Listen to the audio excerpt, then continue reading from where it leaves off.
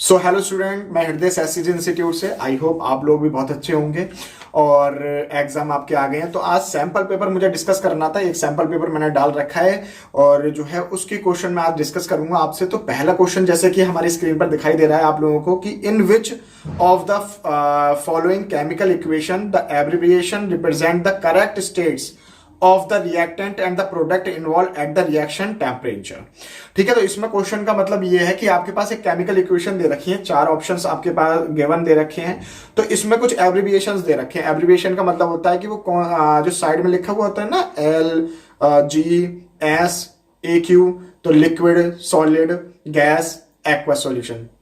ठीक है, तो उसमें हमें ये बताना है कि कौन सा जो रिएक्टेंट है करेक्ट स्टेट में और वो प्रोडक्ट बिल्कुल ठीक बना रहा है। ठीक है, तो इसमें H2 गैस में है और O2 गैस में है और एरो 2H2O और जो लिक्विड में बन रही है। तो आपका आंसर क्या हो जाएगा? इसका पहला हो जाएगा। ठीक है, तो हाइड्रोजन गैस और ऑक्सीजन गैस क्या बनाती है? H2O लिक्विड बनाती है। तो इसको आप ध्यान से अच्छे से पढ़ लेना, एनसीईआरटी का क्वेश्चन है। ठीक है, सेकंड क्वेश्चन आपकी एक एक्टिविटी में बेस्ड है। तो क्वेश्चन ये कह रहा है कि a student require hard water for an experiment in his laboratory which is not available in the neighbouring area. In the laboratory there are some salt which when dissolved in the distilled water can convert it into hard water.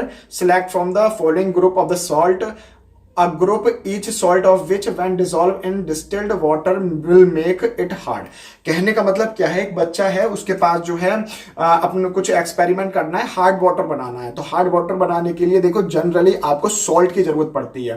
Clear है ये वाली बात? तो salt आपको जरूरत पड़ेगी। उसके पास आसपास जो है कोई हार्ड वाटर नहीं है, तो सॉल्ट उसके पास है। तो वो कौन सा सॉल्ट डाले जिससे जो पानी है, डिस्टिल्ड वाटर है, वो क्या हो जाए? हमारा हार्ड वाटर में कन्वर्ट हो जाए। तो इसका आंसर जो हो जाएगा वो हो जाएगा कैल्शियम सल्फेट और कैल्शियम क्लोराइड। तो कैल्शियम सल्फेट और कैल्शियम क्लोराइड के जो सॉल्यूशन होते हैं वो पानी के साथ मिक्स करके हार्ड वाटर बना लेते हैं। एक चीज और सुन लीजिए आप कि मैग्नीशियम और क्लोराइड के जो आयन होते हैं, ठीक है, वो बारिश के पानी में मिलकर क्या बना लेते हैं? सॉल्ट बना लेते हैं। तो क्वेश्चन आपका किसी भी तरह से पूछ सकता है। तो मैग्नीशियम क्लोरीन के आयन भी रिस्पॉन्सिबल होते हैं हार्ड वाटर बनाने के लिए। दिस इज क्लियर और नॉट?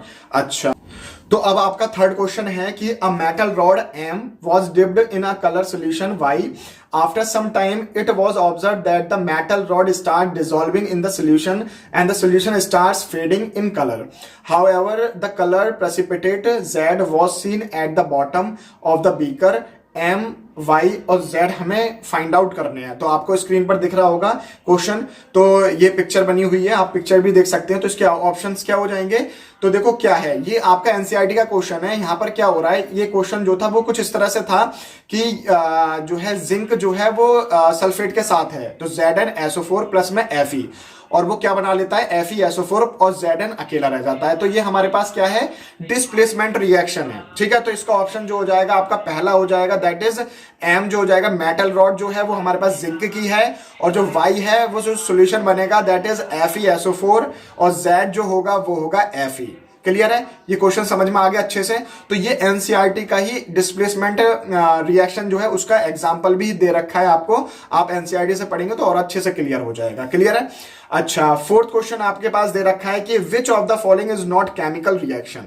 तो इनमें से चार ऑप्शन आपको स्क्रीन पर दिख रहे होंगे। तो इनमें से कौन सी जो ऑप्शन है वो केमिकल रिएक्शन नहीं है? देखो केमिकल रिएक्शन में कुछ ना कुछ चीजें चेंज हो जाती हैं। तो पहला है सोरिंग ऑफ मिल्क और दूसरा है dissolution of sugar in water, rusting of iron और digestion of food in our body. ठीक है, तो बाकी पहला, तीसरा और चौथा जो है ये केमिकल रिएक्शंस हैं। लेकिन जो बी पॉइंट है, dissolution of sugar in water, पानी में उसका डिसॉल्व होना, शुगर का डिसॉल्व होना, ये क्या है? केमिकल चेंज नहीं है। क्लियर है? लास्ट क्वेश्चन आपका ये दे रखा है कि विच of the statement is true for the acid. और एसिड जो है चैप्टर नंबर 2 में आपने बहुत अच्छे से पढ़ा होगा। एसिड की प्रॉपर्टीज पढ़ी होंगी कि एसिड क्या करते हैं और लिटमस को किस तरह से चेंज कर देते हैं। देखते हैं उनकी प्रॉपर्टीज क्या हैं। पहला है bitter and change red litmus to blue. देखो ये तो बेस का काम होता है। Sour and change red litmus to blue. देखो सोर तो होते हैं, खट्टे होते हैं, लेकिन क्या नाम है, जो रेड लिटमस को वो ब्लू में चेंज नहीं करते हैं। और थर्ड पॉइंट दे रखा है sour and change blue litmus to red. बिल्कुल सही बात है। ठीक है, तो ये वाली जो कंडीशन है, जो सी पॉइंट है, वो इसके लिए बिल्कुल करेक्ट होगा कि sour and change blue litmus to red. तो हमें यही करेक्ट ट्रू स्टेटमेंट बतानी थी। तो मैं आज इस वीडियो में जो है 5 क्वेश्चन कवर करूंगा। बाकी के अगर किसी बच्चे को कोई प्रॉब्लम आ रही है तो नीचे हमारी वेबसाइट का लिंक दे रखा है, वहां पर मैंने पूरा जो है सैंपल पेपर आपको डाल रखा है। बहुत ज्यादा इंपॉर्टेंट क्वेश्चन है जो सीबीएसई पर आ सकते हैं फर्स्ट टर्म के। तो आप जो है वहां पर मुझे कमेंट करके बताएं आगे के क्वेश्चन के सोल्यूशन आपको चाहिए होंगे तो मैं जो है वीडियो आगे भी बनाऊंगा। और जो है अगर वीडियो यहां तक अच्छी लगी हो तो उसको लाइक, कमेंट और सब्सक्राइब करें, अपने फ्रेंड्स के साथ शेयर करें। जब तक के लिए थैंक यू।